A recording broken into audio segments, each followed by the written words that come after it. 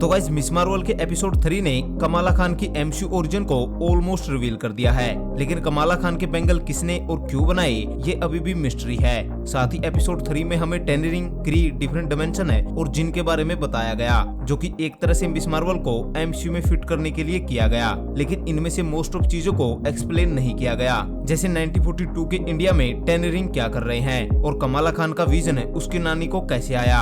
अब इन सभी कंफ्यूजन को आज हम इस वीडियो में डिस्कस करेंगे। साथ ही हम ये भी देखेंगे कि क्यों मार्वल कमाला खान की ओरिजिन स्टोरी को इतना डीप में ले जा रहा है, जबकि कॉमिक्स में कमाला खान सिंपली इनह्यूमन होती है, इसलिए उसके पास है मिस मार्वल की पावर आ जाती है।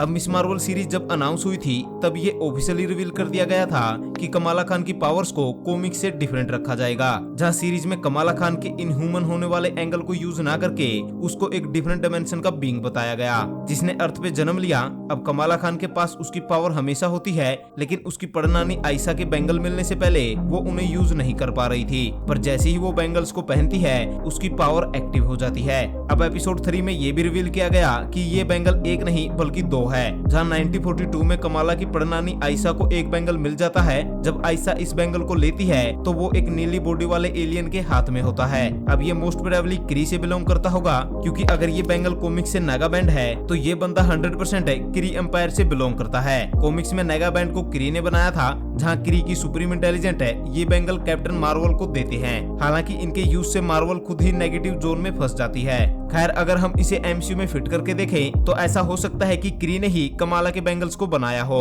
और दूसरी तरफ जब आयशा और उसके लोगों को उनके डायमेंशन से बाहर निकाला गया तो इन लोगों ने यहाँ पर ये फिगर आउट किया कि अगर वो क्री के दोनों बैंगल्स को पा लेते हैं तो वो वापस अपने डायमेंशन में जा सकते हैं। जहाँ आयशा एक बैंगल को पा भी लेती है, पर उस टाइम पे इंडिया के हालात की वजह से आयशा अपनी टीम से अलग हो जाती है। अब इसके आगे आयशा के साथ क्या हुआ ये हमें नेक्स्ट एपिसोड में बताया जाएगा, लेकिन आई थिंक जब आयशा ने बैंगल्स को पहना तो उनकी एनर्जी को क्री ने ट्रेस कर लिया होगा और क्री आयशा को अपने प्लेनेट पे ले गई। यानी जैसा सीरीज में कहा जा रहा है कि कमाला की पड़नानी एक दिन ऐसे ही गायब हो गई, तो एक्चुअली उसे क्री के लोग ले गए, पर वो बैंगल्स को अर्थ पे ही छोड़ गई, जो फिलहाल कमाला के पास है। और अगर कमाला की पड़नानी क्री के पास है तो फिलहाल कैरल डैनवर्स इकलौती सुपर हीरो है जो मिस मार्वल की इसमें मदद कर सकती है। और द मार्वल्स मूवी में मिस मार्वल और कैप्टन मार्वल आपस में मिलने भी वाले हैं, यानी एक तरह से मार्वल मिस मार्वल सीरीज को द मार्वल मूवी के साथ कनेक्ट कर रहा है, जहां इसका बेस्ट तरीका यही है कि कमाला खान की पावर्स को क्री के साथ जोड़कर दिखाया जाए, बिल्कुल कैप्टन मार्वल की तरह।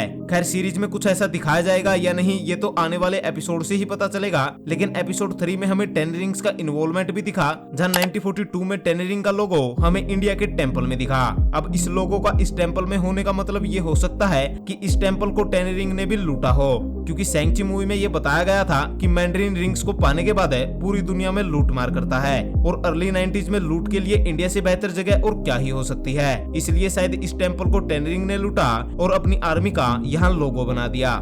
लेकिन यहाँ पर एक थ्योरी भी है जिसकी कहानी थोड़ी अलग है। दरअसल कहा जा रहा है कि शैंग-ची की टेन रिंग और कमाला के बैंगल है दोनों को क्री ने बनाया है, और मैंडरिन ने ये रिंग इसी टेम्पल से चुराए हैं। इसका हिंट हमें शैंग-ची मूवी में भी मिला था। अब फर्क इतना है कि मैंडरिन ने हजारों साल पहले रिंग्स को लिया, तो वहीं आयशा को बैंगल 1942 में मिले, और वो भी कुछ टाइम के लिए। अब अगर आपको शैंग-ची का पोस्ट क्रेडिट सीन याद हो तो वहाँ पर वोंग कहता है कि ये रिंग किसी को मैसेज भेज रहे हैं, तो यहाँ ऐसा हो सकता है कि जब टेन रिंग्स को शैंग-ची ने पहना तो उसी टाइम पर कमाला ने भी बैंगल को पहना, इसलिए शैंग-ची की रिंग कमाला के बैंगल्स को मैसेज भेज रही है। बिकॉज कई हजारों साल बाद ऐसा हुआ है कि ये दोनों मैजिकल आर्टिफैक्ट एक साथ यूज हो रहे हैं, इसलिए ये एक दूसरे से इंटरेक्ट कर रहे हैं। ऊपर से शैंग-ची भी एक दूसरे डायमेंशन से आई हुई बीइंग का बेटा है, और कमाला भी एक दूसरे डायमेंशन से आई हुई बीइंग की वंशज है। जहाँ शैंग-ची से कैप्टन मार्वल का मिलना और आगे कैप्टन मार्वल का कमाला से मिलना कोई इत्तेफाक नहीं हो सकता, लेकिन 100% कमाला खान के बैंगल और टेन रिंग एक ही टैग है ये कहना थोड़ी जल्दबाजी हो सकती है, पर फिलहाल के लिए